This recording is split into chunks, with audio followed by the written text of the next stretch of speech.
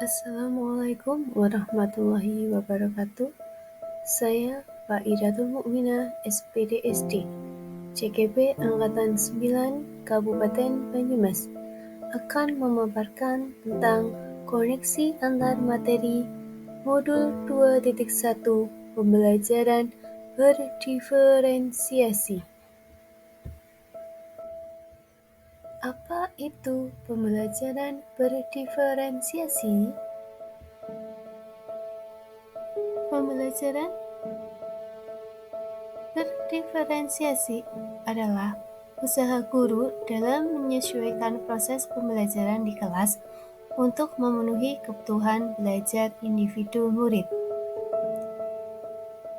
Selanjutnya, menurut Tomlinson, dalam kelas yang mengimplementasikan pembelajaran berdiferensiasi, seorang guru melakukan upaya yang konsisten untuk merespon kebutuhan belajar murid. Bagaimana cara untuk dapat melakukan pembelajaran berdiferensiasi di kelas? Agar dapat melakukan pembelajaran berdiferensiasi, guru harus yang pertama memahami tujuan pembelajaran. Yang kedua, mengetahui dan merespon kebutuhan belajar murid. Yang ketiga, menciptakan lingkungan belajar yang mengundang murid untuk belajar. Selanjutnya, yang keempat, yaitu melakukan manajemen kelas yang efektif. Yang kelima adalah melakukan penilaian berkelanjutan. Kemudian, bagaimana pembelajaran berdiferensiasi dapat memenuhi kebutuhan belajar murid dan membantu mencapai hasil belajar yang optimal?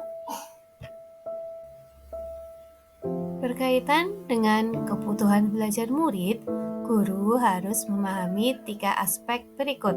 Yang pertama, guru harus bisa melakukan kesiapan belajar murid.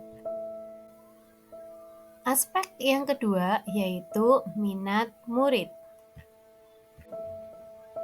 Sedangkan aspek yang ketiga adalah profil belajar murid.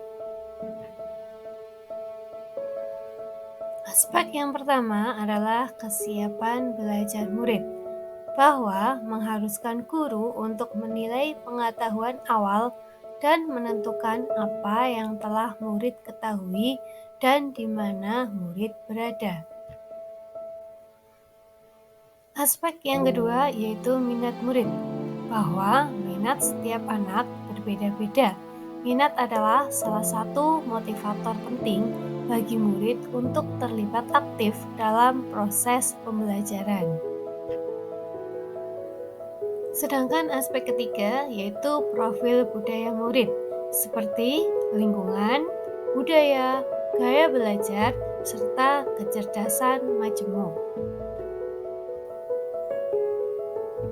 Kebutuhan belajar murid dapat diidentifikasikan berdasarkan cara-cara berikut ini. Yang pertama, kita dapat mengamati perilaku murid-murid di kelas kita. Cara yang kedua yang bisa kita lakukan yaitu mengidentifikasi pengetahuan awal. Cara yang ketiga yang bisa kita lakukan yaitu mereview dan melakukan refleksi terhadap praktik pengajaran. Cara yang keempat yang bisa kita lakukan yaitu berbicara dengan guru murid sebelumnya. Cara selanjutnya yang bisa kita lakukan adalah membaca rapot murid di kelas sebelumnya. Cara selanjutnya yang bisa kita lakukan yaitu menggunakan berbagai penilaian formatif dan diagnostik. Ada 3 strategi yang bisa kita lakukan untuk mendiferensiasi pembelajaran. Yang pertama adalah diferensiasi konten, kedua diferensiasi proses, dan yang ketiga diferensiasi produk. Mari kita jabarkan satu persatu. Yang pertama adalah diferensiasi konten, di mana berkaitan dengan apa yang kita ajarkan, seperti materi, konsep, atau keterampilan yang perlu dipelajari berdasarkan kurikulum. Diferensiasi konten juga mendiferensiasikan konten bisa dilakukan dengan membedakan pengorganisasian atau format penyampaiannya, bukan mengubah atau menurunkan standar kurikulum. Selanjutnya adalah diferensiasi produk, di mana bukti yang menunjukkan apa yang murid telah pahami dengan cara membedakan atau memodifikasi produk sebagai hasil belajar murid, hasil latihan, penerapan, dan pengembangan apa yang telah dipelajari. Sedangkan diferensiasi proses bahwa kegiatan yang memungkinkan murid berlatih dan memahami konten dengan cara membedakan proses yang harus dijalani oleh murid. Pembahasan selanjutnya yaitu keterkaitan antar modul pembelajaran berdiferensiasi dengan modul-modul yang lain. Keterkaitan antara modul 1.1 dan modul 2.1 bahwa untuk dapat melakukan pembelajaran berdiferensiasi, maka guru harus berusaha memenuhi kebutuhan belajar anak sesuai dengan kodrat alam dan kodrat zaman berdasarkan filosofi Ki Hajar Dewantara. Keterkaitan modul 1.2 dan modul 2.1 bahwa dalam melakukan pembelajaran berdiferensiasi, seorang guru penggerak harus berpihak pada murid, reflektif, mandiri, kolaboratif, dan inovatif untuk menciptakan pembelajaran-pembelajaran berdiferensiasi agar dapat memenuhi kebutuhan murid.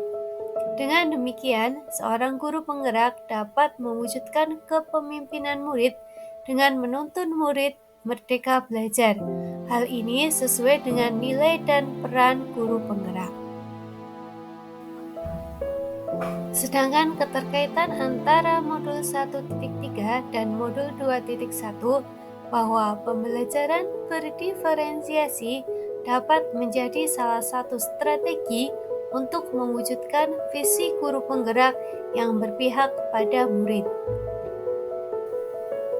Kemudian, keterkaitan antara modul 1.4 dengan modul 2.1 bahwa dalam pelaksanaan pembelajaran berdiferensiasi antara guru dan murid harus ada kesepakatan kelas terlebih dahulu agar proses pembelajaran dapat berlangsung dengan baik sesuai dengan nilai-nilai budaya positif. Dari pembahasan yang tadi sudah dijelaskan, dapat ditarik kesimpulan bahwa pembelajaran berdiferensiasi sangat erat kaitannya pada proses pembelajaran yang berpihak pada murid sesuai filosofi Ki Hajar Dewantara. Selanjutnya, nilai yang melekat pada guru yaitu mandiri, reflektif, inovatif, kolaboratif, dan berpihak pada murid merupakan komponen-komponen utama dalam mewujudkan pembelajaran yang berdiferensiasi. Kemudian, visi misi yang berpihak pada murid akan membawa kita pada pembelajaran berdiferensiasi sesuai kebutuhan murid. Yang terakhir, pembelajaran berdiferensi merupakan bagian dari budaya positif. Demikian pemaparan dari saya. Sekian dan terima kasih. Salam dan bahagia. Wassalamualaikum warahmatullahi wabarakatuh.